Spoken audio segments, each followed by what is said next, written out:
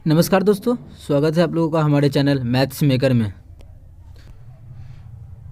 तो आज हम लोग मैथ्स के कुछ अति महत्वपूर्ण प्रश्न देखने वाले हैं। सभी क्वेश्चन हमारा प्रीवियस ईयर क्वेश्चन है, ठीक है। सभी क्वेश्चन का आप लोगों को हम बहुत ही बेहतरीन ट्रिक्स बताने वाले हैं। तो ये भी देखिए, हमारा railway ALP assistant loco pilot में पूछा गया प्रश्न है 2018 में। ये भी क्वेश्चन देखिए, हमारा रेलवे आरपीएफ में पूछा गया प्रश्न। ये भी क्वेश्चन हमारा असिस्टेंट लोको पायलट में पूछा गया प्रश्न है। ये भी देखिए, हमारा एसएससी सीजीएल में पूछा गया प्रश्न है। तो सभी क्वेश्चन हमारा मिक्स प्रश्न है, वो किसका एसएससी और आरआरबी रेलवे का पूछा गया प्रश्न है, ठीक है। तो प्रीवियस ईयर क्वेश्चन है। वीडियो के लास्ट तक बने रहिएगा। कहीं भी किसी प्रकार का कोई भी दिक्कत हो किसी भी क्वेश्चन में तो कमेंट करके पूछ सकते हैं। ये आपका अपना चैनल है मैथ्स मेकर। कहीं भी किसी प्रकार का कोई भी दिक्कत हो तो पूछ सकते हैं, ठीक है। तो चलिए हम लोग पहला क्वेश्चन से स्टार्ट करते हैं। तो देखिएगा, हमारा पहला क्वेश्चन क्या है। क्वेश्चन नंबर 1, इससे पहले इसको, हाँ, क्या है क्वेश्चन। x बराबर 12 है और y बराबर 4 है। तो पूछा है x प्लस y पे पावर x बटा बाई। ये सब का मान बैठा के निकाल देते हैं। देखिए, तो क्या करना, x प्लस y, तो x का मान कितना है 12 है और y का मान 4 है। दोनों को जोड़ेंगे तो 12 4 16, कितना हो जाएगा 16। 16 पे पावर क्या हो जाएगा x बटा बाई। x हमारा कितना है 12 है, बाई कितना है 4 है, भाग करेंगे कितना आएगा 3 आएगा। मतलब इस पे पावर कितना कर देंगे 3, तो कितना 16 पे पावर 3। अगर मानिए आप लोगों को क्यूब याद नहीं भी है तो कैसे टिक करेंगे। अब देखिए, 16 पे पावर 3, इसका इकाई अंक क्या आएगा, इकाई अंक 6 आएगा, क्योंकि 16 गुना 16 गुना 16 गुना 16, तो छता के 36 छके 216, इकाई अंक क्या आएगा 6 आएगा। इकाई अंक 6 इसमें नहीं है, इसमें नहीं है, इसमें नहीं, इकाई अंक इसी में 6 है। देखिए यहाँ पे इकाई अंक 6, तो ऑप्शन सी हमारा बिल्कुल 3 नंबर ऑप्शन बिल्कुल करेक्ट आंसर हो जाएगा। या फिर इसका क्यूब आप लोगों को बिल्कुल याद रहना चाहिए, कितना हो जाएगा 4096। तो उम्मीद करते हैं दोस्तों समझ में आ गया होगा। सभी क्वेश्चन का आप लोगों के लिए ऐसे ही बेहतरीन तरीका लेके आए हैं कि किस प्रकार से जल्दी ऑप्शन टिक कर सकते हैं। चलिए अगला क्वेश्चन करते हैं, क्वेश्चन नंबर 2। देखिएगा क्वेश्चन नंबर 2 क्या है। और ये क्वेश्चन हमारा railway assistant loco pilot and technician में पूछा गया प्रश्न है 2018 में। किस प्रकार से बनाना है देखिएगा, बहुत ही बेहतरीन तरीका बताने वाले हैं इस क्वेश्चन का भी। क्या क्वेश्चन, किसी मिश्रण में रेत और बजरी का अनुपात 7:8 है। किसी मिश्रण में रेत है और बजरी है, इसका जो अनुपात है वो अनुपात हमारा 7:8 दिया है। आगे बोला है, जबकि बजरी और सीमेंट का अनुपात 6:7 है। ये बजरी और सीमेंट का जो अनुपात है, बजरी और सीमेंट का, वो कितना दिया हुआ है। उससे पहले इसको हम थोड़ा सा छोटा कर लेते हैं, ठीक है। बजरी और सीमेंट का जो अनुपात है वो 6:7 है। तो बजरी 6:7, सीमेंट 7, ठीक है। अब आगे क्या बोला है, क्वेश्चन बोला है मिश्रण में रेत और सीमेंट का अनुपात है। रेत और अनुपात निकालना है सीमेंट का। रेत और सीमेंट का अनुपात क्या होगा इसमें। तो देखिए किस प्रकार से इस प्रकार के क्वेश्चन को हल किया जाता है। अब देखिए, तीनों का अनुपात पता है, यहाँ से सभी का अनुपात हम लोग निकाल सकते हैं। अच्छा, सभी का अनुपात निकालने के लिए क्या करना पड़ेगा, यहाँ पे अनुपात हमारा क्या होना चाहिए, सबका तो बराबर अनुपात होना चाहिए। यहाँ देखिए, बजरी का इसमें ऊपर का अनुपात में देखा गया तो 8 है, इसमें देखा गया तो मान कितना है 6 है, तो मान तो बराबर होना चाहिए। तो मान को बराबर करना है, तो मान को बराबर करने के लिए क्या करना पड़ेगा, कुछ ना कुछ से गुना करना पड़ेगा। बजरी को बराबर कर लेते हैं। तो बजरी में यहाँ पे अगर हम 3 से गुना कर देंगे तो 8 से 24, और इसको भी 24 बनाने के लिए 4 से गुना करेंगे। जब इसमें 4 से गुना किए तो एकरो में 4 से करेंगे। एक राम ऊपर का में 3 से किए तो एकरो में 3 से गुना करेंगे। तो एक्चुअल में क्या हो जाएगा अनुपात, इसका अनुपात हो जाएगा हमारा 21 अनुपात, दोनों तो 24 से 24 है, तो 24 अब मेरा मैच कर गया। 24 अनुपात क्या हो जाएगा 7 चौके 28। अब जो क्वेश्चन पूछा क्या है, क्वेश्चन पूछा है रेत और सीमेंट का अनुपात। रेत और सीमेंट का अनुपात मान बैठा देते हैं। रेत का हमारा कितना आया है, रेत का हमारा आया है 21 अनुपात, सीमेंट का कितना है 28, यहाँ से कटेगा 7 तिया 21, 7 चौके 28, कितना आ गया 3:4 आ गया। 3 अनुपात हमारा किस ऑप्शन में है, 3:4 हमारा ऑप्शन तीसरा में है। तो ऑप्शन तीसरा हमारा बिल्कुल करेक्ट आंसर हो जाएगा। कौन सा ऑप्शन, तीसरा ऑप्शन। उम्मीद करते हैं दोस्तों समझ में आ गया होगा। कहीं भी किसी प्रकार का कोई भी दिक्कत हो किसी भी क्वेश्चन में कमेंट करके पूछ सकते हैं। ये आपका अपना चैनल है मैथ्स मेकर। अगर अच्छा लगता है, क्वेश्चन समझ में आता है तो अपने सभी दोस्तों के साथ इस वीडियो को ज़्यादा से ज़्यादा शेयर करें। अगर आप लोग चैनल पर नए हैं तो हमारे चैनल मैथ्स मेकर को सब्सक्राइब कर लें, ठीक है। ये भी क्वेश्चन देखिए बेहतरीन ढंग से बताए, ये भी क्वेश्चन बेहतरीन तरीके से बताए। अब अगला देखिए, हमारा क्वेश्चन नंबर 4 है। इसमें भी बिल्कुल परिमेयकरण या कोई देखिए कैसे बनाना है परिमेयकरण, या फिर ये डायरेक्ट यहाँ पे मान नहीं बैठाना है। मान डायरेक्ट अगर इसका मान दिया है और इसका मान दिया है, डायरेक्ट हम लोग इसका मान बैठा दें 1/√7 का मान 2.64 घटा 3 का 1.73, इस प्रकार से थोड़ा सा ज़्यादा टाइम लग जाएगा। तो उसके अलावा कौन सा तरीका है, क्या है, तो आप लोग परिमेयकरण पढ़े होंगे, उस प्रकार से करना। और परिमेयकरण ये नहीं कि लिख के करना है, आप लोग को इतना प्रैक्टिस करना है कि मने मन चाहे तो प्रैक्टिस परिमेयकरण कर सकते हैं। इसका परिमेयकरण तुरंत अगर लिखना चाहे तो इसका परिमेयकरण अगर करेंगे तो डायरेक्ट हमारा आ जाएगा √7 प्लस √3/4, कितना बटा 4। वो कैसे आएगा तो पहले हम आप लोगों को समझाते हैं। देखिए दिया हुआ क्या है, दिया जो हमारा है 1/√7 माइनस √3। परिमेयकरण करने के लिए क्या करते हैं, जितना है नीचे में उतना से ही गुना भाग करते हैं, बस चिन्ह चेंज कर देते हैं।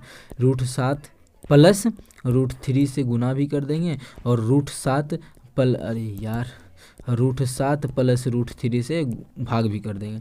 ऊपर का को गुना करेंगे तो हमारा आ जाएगा √7 प्लस √3, और नीचे वाला को गुना करेंगे तो क्या हो जाएगा, देखिए एक बार plus a plus b into a minus b, a plus b into a minus b, क्या है a plus b into a minus b का फॉर्मूला तो a² माइनस b², मतलब √7 का स्क्वायर 7 माइनस √3 का स्क्वायर 3, घटाएंगे तो हमारा क्या आ जाएगा √7 प्लस √3/4।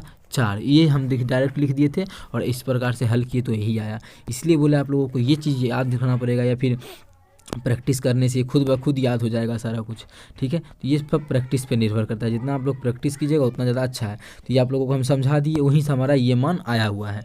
अब क्या करेंगे, इसमें डायरेक्ट वैल्यू को पुट कर देंगे। √7 का मान देखिए दिया हुआ है हमको, कितना है 2.64, बस 2 ही अंक तक लेते हैं, कितना है अगर लेते हैं ऑप्शन से मैच कर रहा है ना, 3 अंक तक लेना पड़ेगा। चलिए पूरा जोड़ लेते हैं, कितना है, दोनों को जोड़ना है तो ये दोनों को जोड़ लेते हैं, कितना है 2.6457, दूसरा है 1.732, कुछ नहीं है तो 0 या फिर नहीं देंगे, जोड़ लेंगे 7 7 7 स्वच्छ 13 3 बाकी 1 2 3 1 4, कितना आ गया हमारा जोड़ने के बाद 4.3777, भाग कितना इसके नीचे में 4 है तो 4 से भाग करेंगे, तो इसको भाग करेंगे तो 1.36 नहीं 4 0, तीनों तरफ भाग नहीं लगा 0, फिर 7 नमा 36, इतना ही देखते हैं किसी ऑप्शन में है 1.09, एकरा में नहीं है, इसमें 1 नहीं है पहला ऑप्शन में देखिए 1.09, उसके बाद आगे का निकालना ही नहीं है।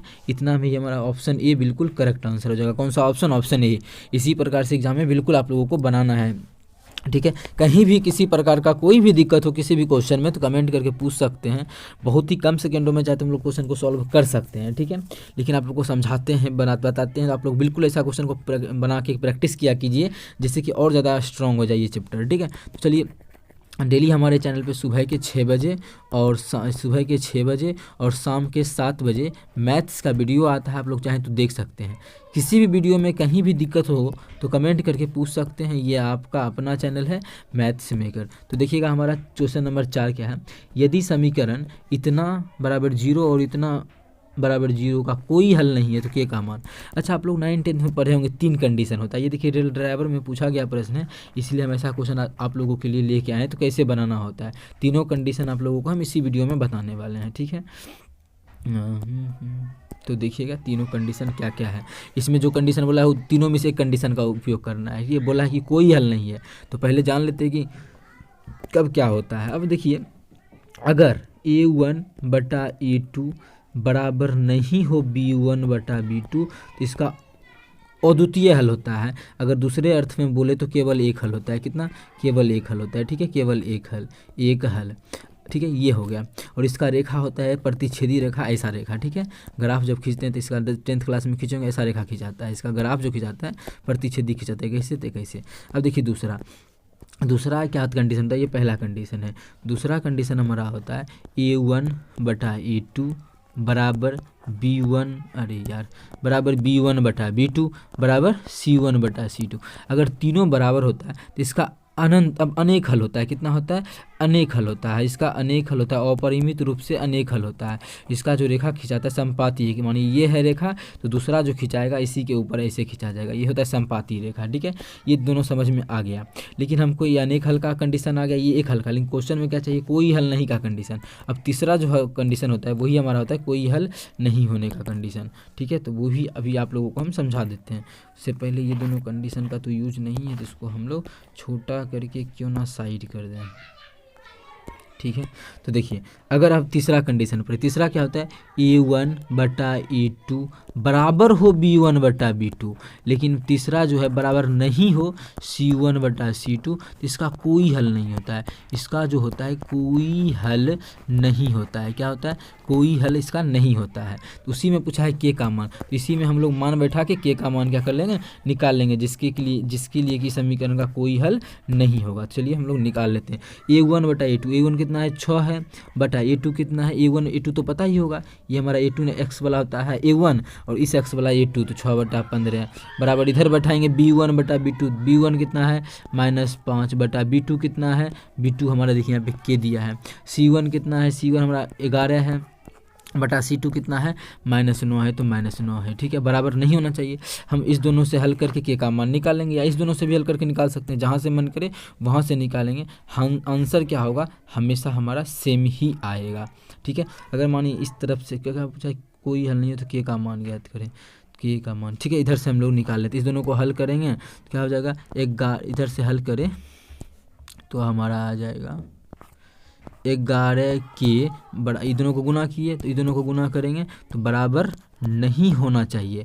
ठीक है, 11 के बराबर नहीं होना चाहिए, 9×5 = 45, 11 के बराबर नहीं होना चाहिए। लेकिन क्वेश्चन पूछा के का कौन सा मान रखे, मान कितना है के का, अगर यहाँ से जो निकलेगा वो के का मान होगा, मतलब के का मान नहीं होगा, लेकिन हमको निकालना है के का मान होना चाहिए। तो यहाँ से ये हल नहीं करके ये दोनों को हल पकड़ के हल कर देंगे। बात समझ में आ रहा है ना, तो यहाँ से हम लोग हल नहीं करेंगे इस चीज़ को। अब वही चीज़ क्या करेंगे, अब हम कहाँ से इधर से हल करेंगे, तो इस यहाँ से हल करेंगे। तो हल करेंगे कौन, इस दोनों को गुना करेंगे कितना होगा 6k बराबर कितना हो जाएगा, ये दोनों गुना करेंगे माइनस कितना हो जाएगा 6k -15 = 75 कटेगा। यहाँ से k बराबर कितना आ जाएगा -75/6, -75/6 हमारा आ गया के का मान। यहाँ से क्या करना है, काटा पीटी कर लेंगे और हम लोग का आंसर मैच कर जाएगा। तो क्या ऐसे काटा पीटी करेंगे, 3 से काटेंगे, 3 दूना 6, इसको 3 से काटेंगे तो कितना हो जाएगा 25 × 75 -25/2 -12.5 मतलब -12.5। कौन से ऑप्शन में है, ऑप्शन तीसरा में है, ऑप्शन सी में है। ऑप्शन सी हमारा बिल्कुल करेक्ट आंसर हो जाएगा -12.5।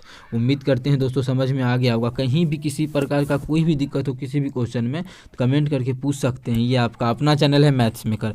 अगर अच्छा लग रहा है, क्वेश्चन समझ में आता है तो अपने सभी दोस्तों के साथ इस वीडियो को ज़्यादा से ज़्यादा शेयर करें। अगर आप लोग चैनल पर नए हैं तो हमारे चैनल मैथ्स मेकर को सब्सक्राइब करना ना भूलें। सभी कंडीशन आप लोगों को बताएं, सभी चीज़ एक क्वेश्चन के लिए आप लोगों को हम 3 क्वेश्चन का सोल्यूशन करवाएं। चलिए मिलेंगे नेक्स्ट वीडियो में इसी प्रकार का बेहतरीन क्वेश्चन लेके। Thank you.